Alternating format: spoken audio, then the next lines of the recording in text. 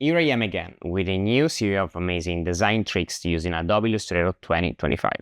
For those of you who just meeting me, I'm Tommaso, a brand designer and freelance content creator. So, if you're interested in learning about hidden gems of design softwares without having to give up on creative and cinematic content, subscribe now and let's dive into today's tricks. Okay, here we are. For a designer, especially if you are working with a client, it's important to keep the design reversible, but when you open the Pathfinder and apply one of the shape modes to create a new object, you'll follow a reversible process as the project progresses.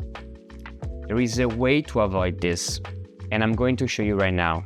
Select your shapes, and in the Pathfinder panel, click on the three lines. Now click on Make Compound Shape, and then apply the shape mode you want. You get the same visual effect, but with a double click, you can edit the shape. So when you are further along the process and the customer asks for edits, you won't have to redo everything. Now, suppose we are working on an arbor where we know we will have to select certain shapes very often for tests or modifications. I used to select them one by one, spending quite a bit of time until I discovered this function. Once you have selected the shapes, move to Layers panel and click on this icon called Save Selection. As the name suggests, it allows you to save the selection you just made. Give it a name and press OK.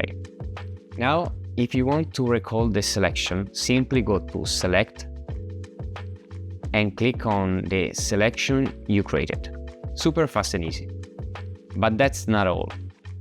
If you only need to move a few objects in the selection and then call up the action to select all the shapes again, Illustrator will do it without any difficulty.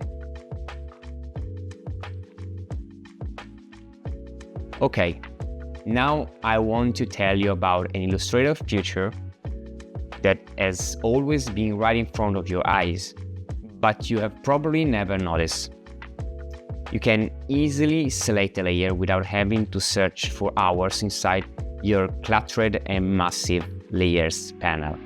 How? Let me show you. Select the object or shape, open the Layers panel, and don't scroll down looking for it. Just go to the bottom and press the magnifier icon. Here. That's it. You have instantly found your layer. Comment down below if you already know it. Let's move on and talk about the text containers. Select the type tool and create a text box.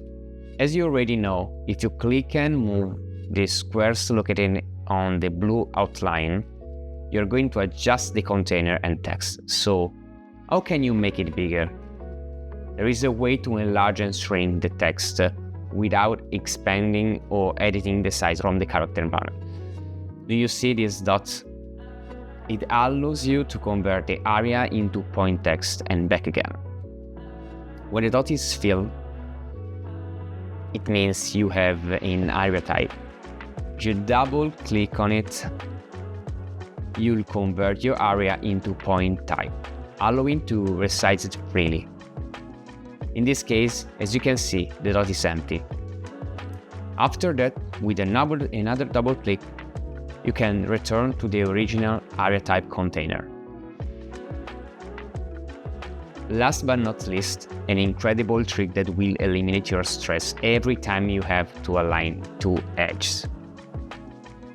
Tell me it happens to you too, right? I used to go crazy before discovering this trick. Select the two edges, go to Object, Paths, and click on Average. Select both and voila, the magic happens. Another way to do it is by deselecting the magnet icon that represents align object to pixel Great. Tell me what you think about in the comment section. Another episode has just come to an end. Subscribe to my channel if you want to miss out the upcoming content of this series, and leave all your questions and feedback in the comment section. Who knows what this incredible software will be hearing from us next. See you.